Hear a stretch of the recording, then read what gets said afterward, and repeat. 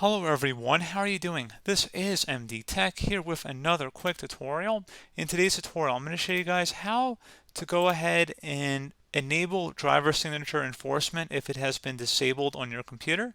So this should hopefully be a pretty straightforward process, guys, and we're going to go ahead and jump straight into it.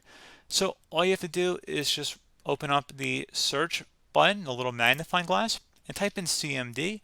Best result should come back with command prompt. Go ahead and right click on that and select run as administrator. If you receive a user account control prompt, go ahead and select yes. And now enter this elevated command line window. I'm going to have a command in the description of my video. I want you guys to copy it.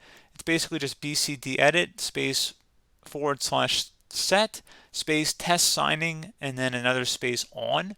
Just go ahead and copy that, and then we're going to paste it into the command prompt here. So just go up to the top bar of the command prompt window, right click on it, select edit, and then select paste, paste it in.